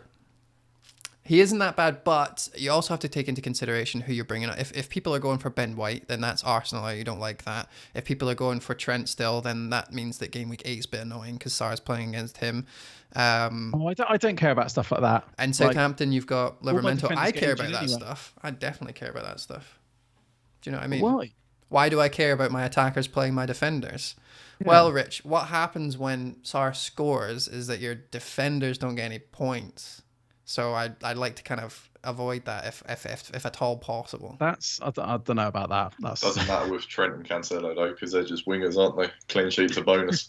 That's true. We gotta always remind everyone that Dave, I do get what you're saying there, but I just don't think on like levels like that. Oh, of course, that is like so. If you're, I always used to think, I won't play my attacker against a defender because I'll go for the highest possible score. But then there is also this thing where. Yeah, it's like win-win, isn't it? Like, I guess you can get unlucky and another player scores. No, I mean that would be if I'm looking to get X player or Y player and they're pretty similar, then I would also then look at if their run of fixtures was good for my team, not just good. And then that would sway me. So the fact that Sarr has got bad fixtures and 3 of those fixtures are against players that I own, then that would sway me against saying that not only are their fixtures bad, but they're bad for me. So therefore, Duncan, I'm out or whatever. You know what I mean? Yeah, fair enough. No, yeah. Okay, cool. I mean, I don't do that, but do you, Sam? Not really, but I get it. I don't do it, but I understand. This is like playing like 4D, isn't it? Like you're really yeah. I'm so far ahead. I'm not getting any points right now. I think this is a bit of a tangent, but I think it comes into the same category as people that won't put in plays of teams they don't like. That guy who won FPL and did put Liverpool players. Don't do me like that. My point is what you want to happen has no effect on what will happen. No, that's exactly it. Okay. So what I want to happen has absolutely no impact. So just because I've got Ronaldo and Bruno doesn't mean, I want United to do well. And it's the same thing. I don't know.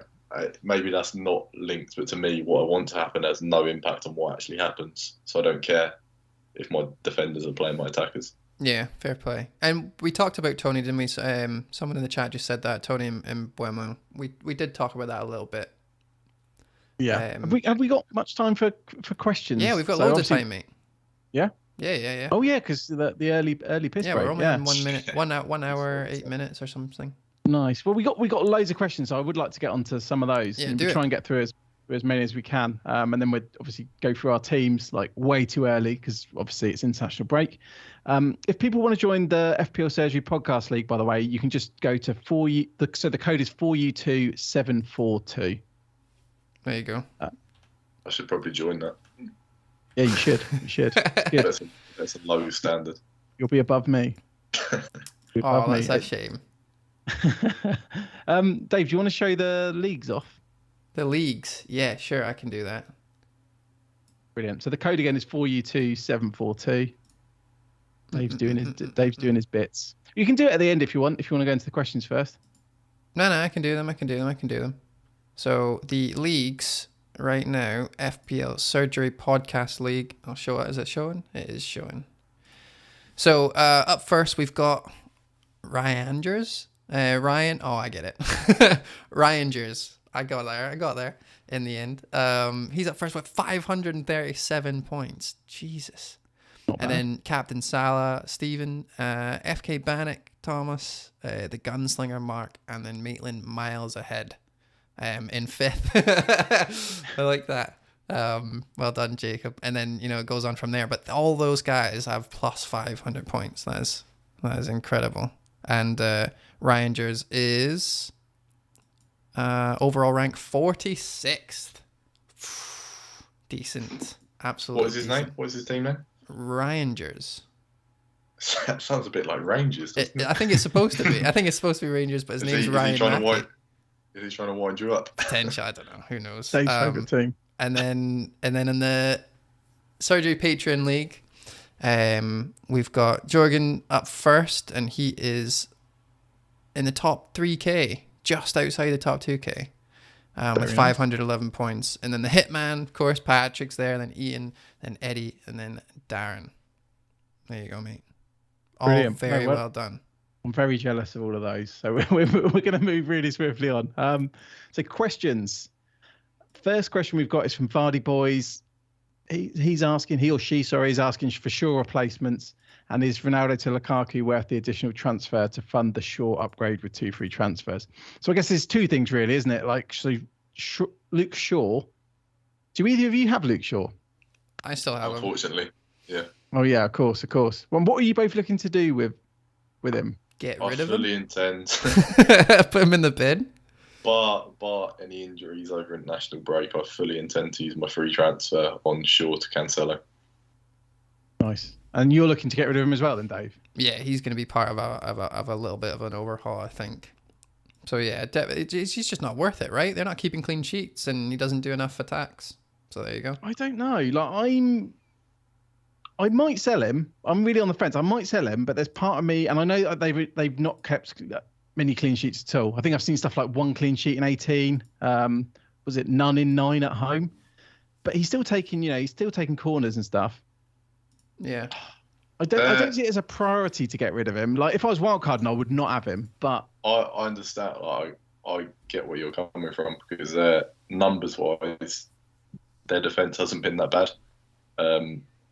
They just seem to give up like the odd silly goal. They win like 3-1, 4-1, whatever. But numbers-wise, he's creating a few chances, and United's defence isn't awful. I think it might be like 5th or something. Is this the same as what happened with Liverpool last season, or was it 2 seasons ago, where they similar? Yeah, they kept getting good stats but losing silly goals like that Pookie goal with Van Dijk and all that stuff, and then it just kind of compiles. Yeah, I don't think keeping Shaw's terrible, but I can't justify it when I want City defence, Chelsea defence, and Liverpool defence. I get it. It's just, I guess it's just the value of the transfer, isn't it? Like, I wouldn't do it for like a hit. Like, I it's wouldn't just either. gonna wait for it. No, you'd take Trent out for a hit though. Definitely. Right, next question. So the other thing about that was obviously Ronaldo to Lukaku. So yeah. People have Ronaldo. It's quite a big thing at the moment, actually. Now Ronaldo's obviously away at Leicester next week, whereas Lukaku's got, who's he got? But he's got Brentford, hasn't he? Brentford away. Yeah, I probably wouldn't do it. Brentford's defence looks so much better than Leicester's now. And the stats are probably going to say the same thing. And Ronaldo's had a little bit of a rest. I know he's going to be playing loads, but do you think he gets rotated, not dropped, 2 games in a row? I'm being quite dangerous, because you shouldn't pre-plan transfers too much, but I think that's probably going to be my game week 9 transfer. So you're going to wait. You're going to let him rip against Leicester. So I don't think, obviously, I plan to do Shaw to Cancelo this week. Yeah. I don't think Ronaldo to Lukaku, looking at those fixtures, is worth a -4. But is it game week 9 with Liverpool United? Yeah. Rich? Lukaku has a good fixture. I think I'll probably make the switch then. Yeah. Okay. But I think looking at fixtures, it's inevitable. I'm probably going to make that switch. It's just when. If you had 2 free transfers, would you do it? And nothing else to do. I think I prefer Ronaldo this week, but I prefer Lukaku long term. So it's weighing up that 1 game week versus long term. When I say long term, I mean like the next 5 weeks. Lukaku's fixtures are much better. Yeah, fair play. It's interesting. Portugal have got like a friendly. I think they're playing Luxembourg, and then they got like a friendly against Qatar as well. I guess it is Ronaldo. They say he probably want to score loads of goals, though, won't he, to break the record by even more. Like stat pad. Pad those stats, Ronaldo. Getting up 20 goals in. Next question is from Elise, and they're asking thoughts on Ronaldo to Kane. Now, usually we don't put this type of question up if it's not something that everyone is talking about. Now, can you guys see the bias again? Just popping its little head up. I have put every question on the schedule. No, I know. Put them in order. It was something I was thinking about. Before the games, I was thinking like I was annoyed at Ronaldo, and I was like, if Kane plays well today, I might get him in. I haven't got the luxury to do it though. I think Elise might be the only person in the community that has a bigger Kane fetish than Rich. So is it biased from Elise then? Yeah, massively. To be fair, I think he'd done all right. Who did they play the other day? Who did they play the other day? Aston Villa. On the weekend. Aston Villa, yeah. I think his numbers were okay against Villa. Yeah, 6 shots. I know you don't like it, but we can get the XG if you like. That's fine. I haven't looked at the XG, but I know up until then, he went like 2 weeks without having a shot in the box. Yeah. Yeah. When was the last time he returned in the season, Rich? He scored for England during the last break. The Premier League. Sorry, buddy. You know the answer to that. Yeah, he hasn't. He has not. But it would be interesting, though. The week, people start to underestimate him. That's when he starts scoring. He's got Newcastle, then West Ham away, then Man United at home, then Everton away. Those are pretty, maybe not Everton, but and West Ham. Not bad. Like Newcastle's the next game. Son probably is better value. Yeah, I definitely think if you were saying Ronaldo downgrade and then upgrade someone to Son has been a lot more consistent, and he also isn't, in his own head thinking I could be at City right now every single day of his life. So I think Son's been doing a lot of good, but I haven't looked at the stats, Sam. I don't think there's a lot in it. Yeah. To be fair, I Son's really also like a it stat either. buster, isn't he? He's If always. I was wildcarding, I wouldn't go near any Spurs players personally. No, it's too early. I love think. how we're just saying stuff, and then we're like, what? But if we don't know the stats, we just like chuck it over to Sam. Be like, oh yeah. I thought you told me to do that. Didn't you say that just before you called him? Now every time you don't know what to say, just ask. I still think that's insane that you look at me like some statistical expert. We're just messing with you. Like just realise what football reference is. Guys, did you know stats were great? I'm going on the pod. FPL mode's happening. Teach. He's asking, apart from Salah, can we trust other players in the league with the captaincy armband? Yes. Yeah. That is not a serious question. All right. No, we all have to captain Salah every week. No, I get what he's saying. And there was, honestly, it's going to sound like I put this on WhatsApp, so you could back me up here, Dave. There was like WhatsApp's down. I haven't seen it. Oh yeah.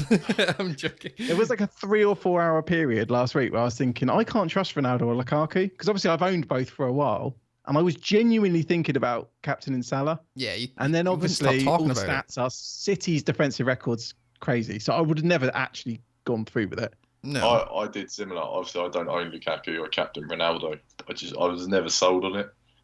And I know it's that stupid thing about the early kickoff, but obviously I captained Ronaldo for the early kickoff last week and he blanked. And I hated Ronaldo captain this week. And I tweeted screenshots. I was talking I can't remember who to, in a private conversation. I was like, I really want to captain Salah. Yeah. But at the end of the day, I didn't have the ball. So a lot of people did in the end, which I think is probably just bots.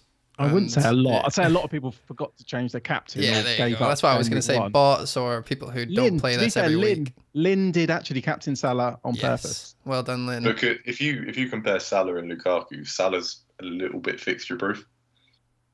Yeah, it seems like Lukaku's consistently unlucky, which we're going to have to watch. Yeah.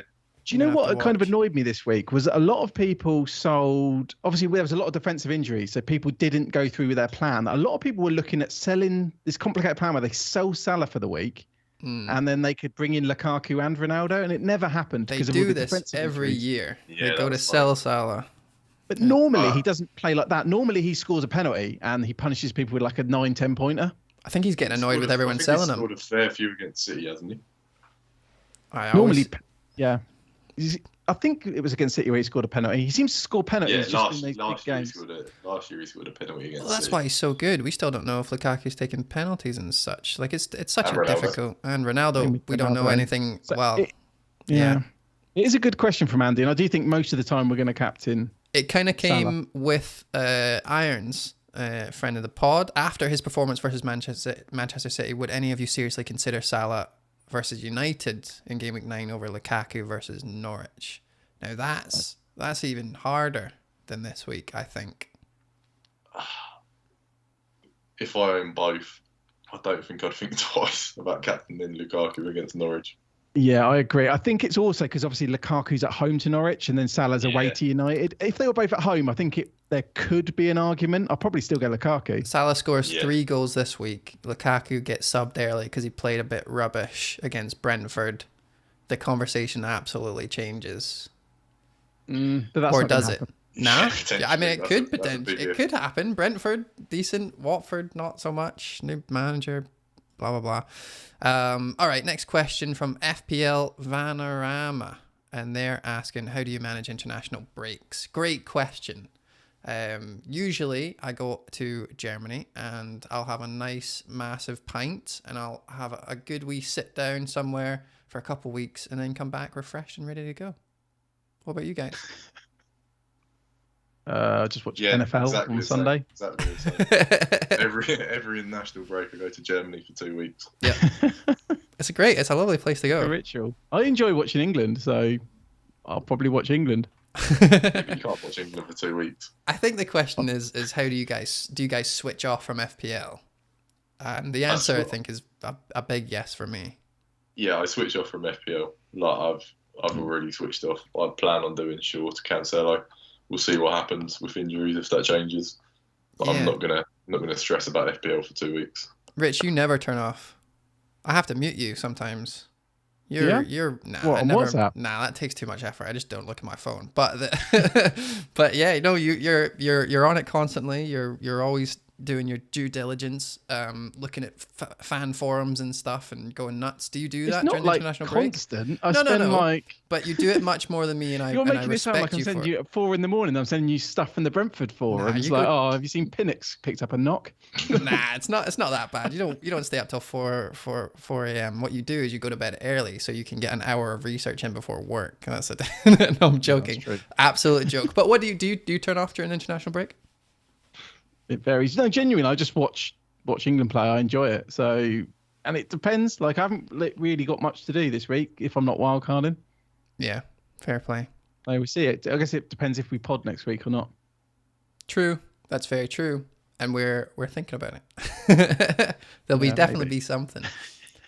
All right. What's up next? We've already discussed Foden, haven't we? Because we had Jeff Pedder's question. Are there any City mids worth considering? I don't think I'd have the balls to captain De Bruyne, which we talked about a few weeks ago. Mm-hmm. Because of Salah. I think because of Salah, I wouldn't captain De Bruyne. So I don't know if I'd go for him. I don't think I'd even consider it on a wildcard, De Bruyne. What, because of the price? Yeah, the price. I just don't think I could justify it over Salah, Lukaku, Ronaldo. I'd take Mane before I took De Bruyne. I think does that make just Foden the only option in the midfield? Obviously Grealish as well, because I think Grealish and Foden. Grealish is cheaper, is that right? I think they're roughly the same price. Isn't Grealish 8 million, Foden 7.9 something? Oh, okay, roughly the same. But yeah. It might be bad logic. Is Grealish slightly more nailed because of the transfer fee? Potentially. Well, regardless of the reason he has been playing. Yeah. But KDB from what I've seen, again, I think underlying stats are similar. But from what I've seen, eye test, I'd take Foden any day of the week. But I think Grealish is still an option. Great points. Grealish has never been like a goal scorer. Like throughout his career, even when he was in like the Championship, he hasn't been a goal scorer. Whereas Foden is young and seems to be hungry. I'd go Foden hands down over Grealish. That's because you want him. Yeah, me too. It's because you want him sexually. Banana Nose Maldonado. I think I nailed that. Or Matt for short. Why isn't Flapjack wildcarding? I'll hang up and listen. Yeah, so I guess we'll get to it more when I go into my actual team. The reason I'm not is because I don't know what I'd wildcard to. Because I know Matt was basically asking what kind of advantage I hope to get. I just feel like I'm almost on a very, I'm on players people want. I've got Chelsea defenders. Yeah. Maybe only one of them plays. I've got a City defender already. I've got Ronaldo and Lukaku. I'm not desperate to sell Ronaldo. No, we talked about that, Lukaku. And I'm still quite happy with my midfield. So basically, I'm happy with my team. I just don't know what I'd go for, like what formation and stuff. And I can kind of, at the moment, I'm quite flexible. Like I can completely mess it up, even more than I am at the moment. I can completely mess it up, and then I can just fix it. Like I could go 5 at the back. I could do something silly. Yeah, you've still got your get out of jail free card, and it makes you feel good. Net. Yeah, and also the fixture swing for Spurs in game week 14 or 15, and that's when Man United's fixtures swing back. So, I mean, that could be a potentially good wildcard time as well. The argument against it, I guess, would be obviously I've dropped from like 100k to 400k over 2 weeks. Is that I'm sliding slowly downwards. Well, that was your fault. That's not the wild card's fault. No. What I'm saying is the argument would be that I should probably it's a good time to wildcard. If I'm dropping in rank, maybe I should wildcard and fix it. But I don't think there's actually that much to fix. Well, I think I've been unlucky. But we have to remember, Rich, is that you take hits every week and you do your transfers so early. You've been doing really well. In like 1 week, you'll get -17. The next week, you'll get +21 from these hits. And then, this week was the -4. It didn't really pan out. But then, next time you do a hit, you could bring yourself right back. Like you seem to just ride variance like a wave every week. So, how many hits have you taken this season? See, Dave's made it sound really bad. I've done 3 hits, like 3 4-point hits over separate weeks. One cost me 17 points and one gained me 17 points. Wait, has it been only 3? To be fair, that's half. Yeah. That's pretty much half. If you do another one next week. Yeah, I've done 9 transfers. Yeah, okay. So a third of them have been for a hit. That's a lot. I've still got my wild card. That's a lot. I think that's part of it as well. Like, it's sort of like I've been building towards this team, and maybe a couple of times I've done things too early. Like probably Cancelo was a week early. Alonso also was a week early when he got a 1-pointer. Yeah, but I've been building towards something like with the threemium, as it were. So yeah, I'm going to see it through, and I wouldn't honestly, I wouldn't change that much. I still don't know who the best goalkeeper is. I still think it might be Sanchez. Yeah, it's such a, no one really wants to touch that topic because it's such an up in the air thing. We don't have any stats. Everyone kind of looks, clean sheet one week, not the next. But my goalkeeper got an assist last week, so yes, for 5 million though. Consistent. Honestly, watching your goalkeeper assist your striker, does it get much better? No, actually doesn't. Crazy. Actually doesn't. I was watching that game around my parents and I went fucking mental. Just watching my goalkeeper assist my striker. You can struggle to beat that. A little stat for you there, Sam. Sanchez and Sarr have the equal XA, or actually I haven't looked at XA, but under creativity on the FPL website, they're joint top. Goalkeepers is a funny one. I think Sanchez is the best 4.5. Sarr's the best 5.0. There you go. That's actually a good point to make. They're both different prices. It depends on what you're comfortable with. If you've got an extra 0.6 after wildcard and you don't know where to put it, you could just do that if you want. Always downgrade. Shall we move on? Next question. Do we have time for more questions? One last question, because we already talked about Son and Kevin De Bruyne. But should we be taking Brentford seriously now? We talked about Mbeumo, but defense-wise, what are you guys on? What do you think? Is that worth it? Livramento is obviously taken front and center, but would you guys be willing to jump on instead of Ben White, for example? Oh, what, the defenders? Yeah, because their defensive numbers There's are amazing. so many other options. Otherwise, I would. Otherwise, I'd be looking at either Pinnock, who almost got an assist for, I think it was for Tony. Yeah. Or there's Rico Henry as well. So I would, but probably not if I was wildcarding this week. Like, it'll be a few weeks' time. Yeah, perfect. All right. Well, what do you reckon, Sam? Yeah. The fixtures done nice, don't they? So I don't see why not. Yeah, I'd be lying if I said I've looked at their defensive assets, but I don't see why not when the fixtures turn after this week. So well. They so have, yeah. well. Thank you everyone for your questions. We do a Patreon pod most weeks where we go into depth in these questions. So we were looking at these ones in more detail along with any others that come up. So you can subscribe to our Patreon and you can listen to that in more detail. Maybe we'll have Sam on. We'll actually get stats on there as well. Shall we quickly do our teams? It's quite early to do teams, isn't it? Yeah, we didn't leave much time for this simply because we've got a whole 2 weeks. But Sam, real quick, you said you were going to get rid of Shaw, right? Yeah. So that would be Shaw to Cancelo, and then I think I'd have a bit of a benching headache. Do I start Mbeumo against Chelsea or Livramento against Leeds? I'm not sure. I would start. Oh, you've got Rudiger. I can't. But and Rafinha. Who is it, Livramento or Shaw? No, Livramento or Mbeumo. Shaw will be out for Cancelo. Do you think it's more Mbeumo against Chelsea or Livramento against Leeds? I think I'll go Mbeumo. I think I would. I think Chelsea's defence didn't look indestructible against Southampton, so I'm willing to take that punt. Yeah, plus Leeds can. I'm not saying they will. Leeds can go crazy. Well, if Bamford comes back, he's got 2 weeks off. He could be back. Yeah. He could be roaring to go. They've had a little bit of a poor start. They might want to bounce back. And I don't know. Yeah. But to be fair, though, Livramento has got that. If Mbeumo blanks, he blanks. But if Leeds score against Livramento, he's still got that assist potential. Yeah, I think it'll be Mbeumo, but it's something to think about. He is the informed player, to be fair, of the two of them. Captain's an absolute no-brainer, I think, this week. Yeah, Watford are difficult. I've just seen Abdullah said in the chat that I've not spoken about Foden enough tonight.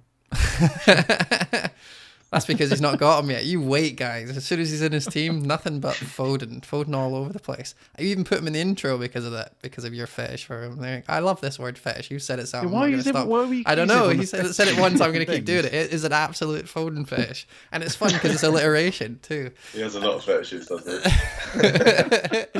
Right, my team is a mess, and we've already used our wildcard, guys. So I'm gonna probably take my first hit of the season. And I've got 2 free transfers mine, so I'm probably going to get rid of Shaw and Jota. Well, probably not Jota, but Torres is probably going to Why make is your way. team a mess? My team is a mess. Well, it's Why not. are you benching It's not. Armstrong? Your team is good. Oh no, sorry, I forgot to unbench players. It's not bad. It's not bad now because the You fixed it now. You've unbenched him. the Southampton players. Oh, it's annoying that the bench is showing up. So I'll be playing.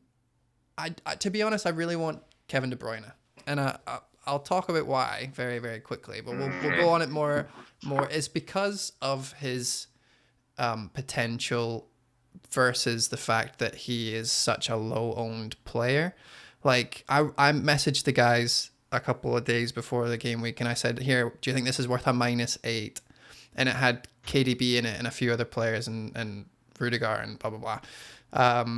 And I didn't do it in the end because I didn't want to take a hit. But this week, like I could get him with a -4 now. And it would be better than having Foden, I think, just because, you know, he's a better player and he's probably going to play every game. When he's fit, he seems to be one of the more consistent played City players. And also it's just a bit of a punt. Like I think it would be fun to go for him. If it doesn't work out, I can jump to Mane.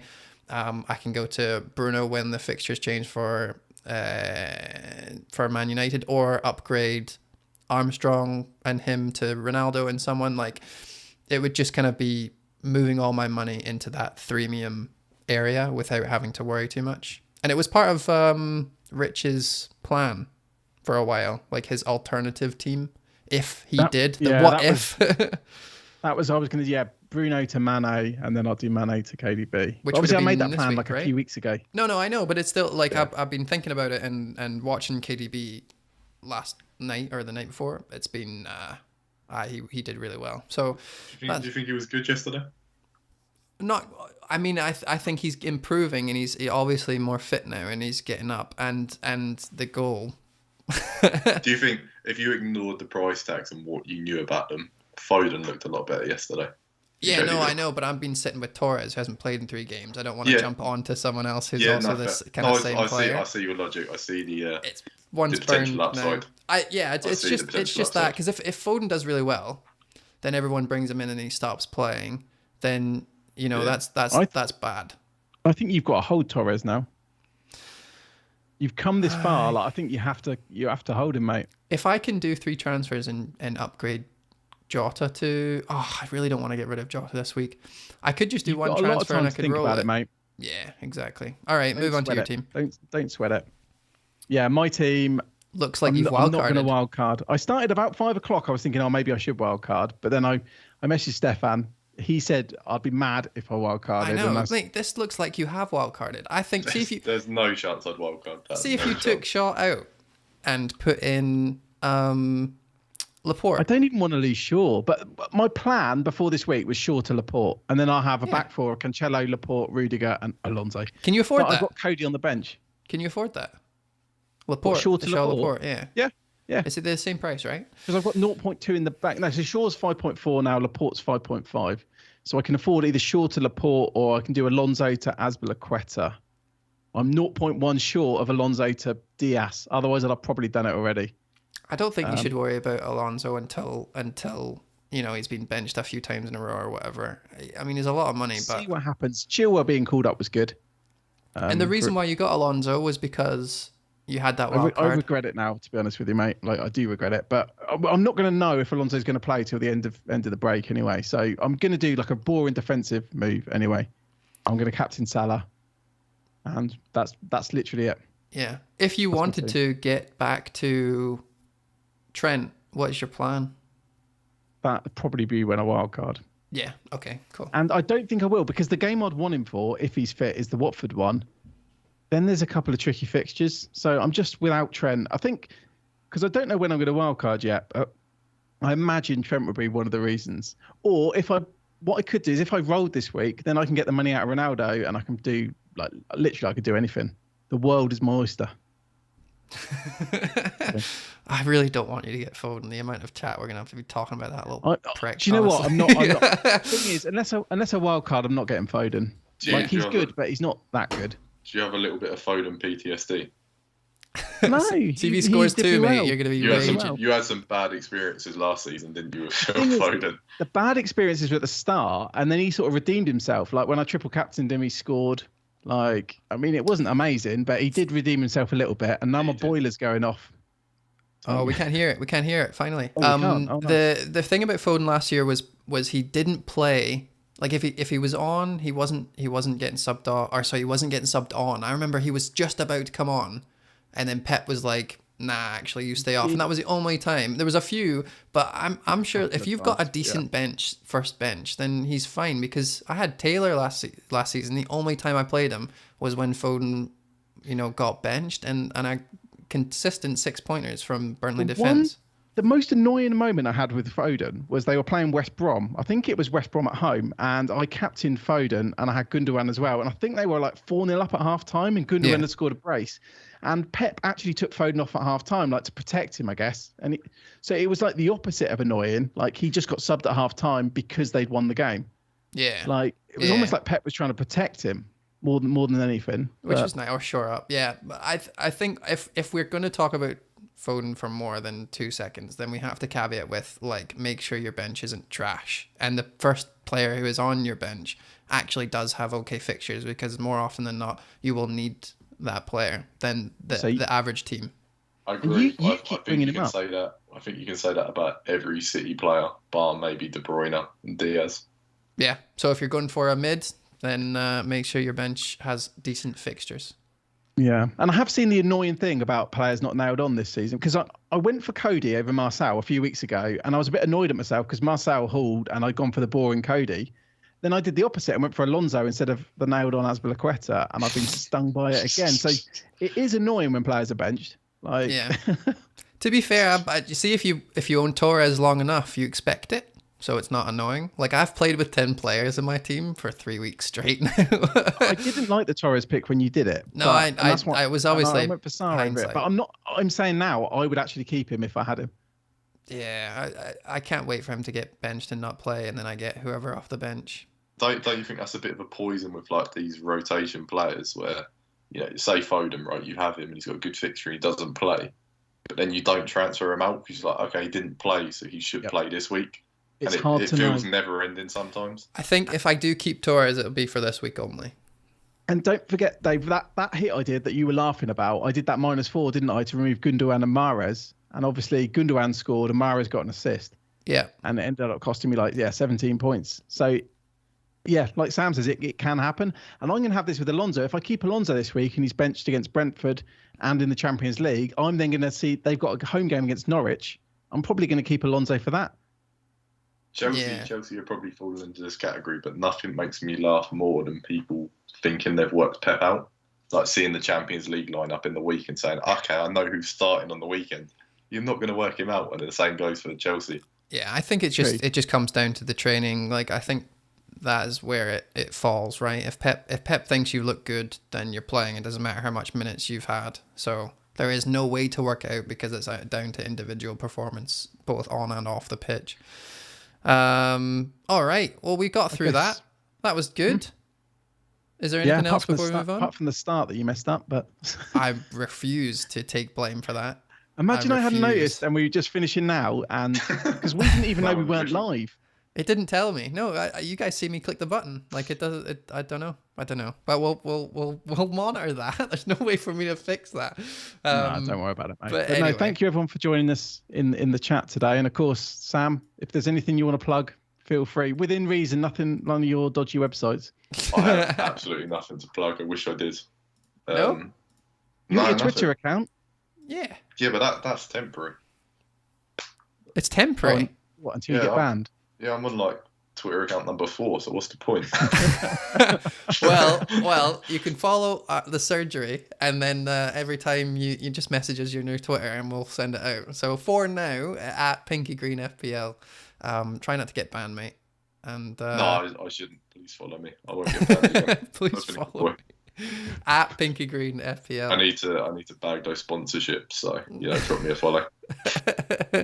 Amazing. All right, well, thank you everyone for joining us, either you're listening or you're watching or doing both. Thank you very much, and we'll see you next week for another guest potentially, or we'll do something fun. We might just get drunk again. That's what we did last international break. Something awesome. Stay tuned for that, and nothing else to say. So Rich, up the pod. Sam. Up the pod. Up the pod, guys. We'll see you next week. Thank you very much for hanging out. Bye.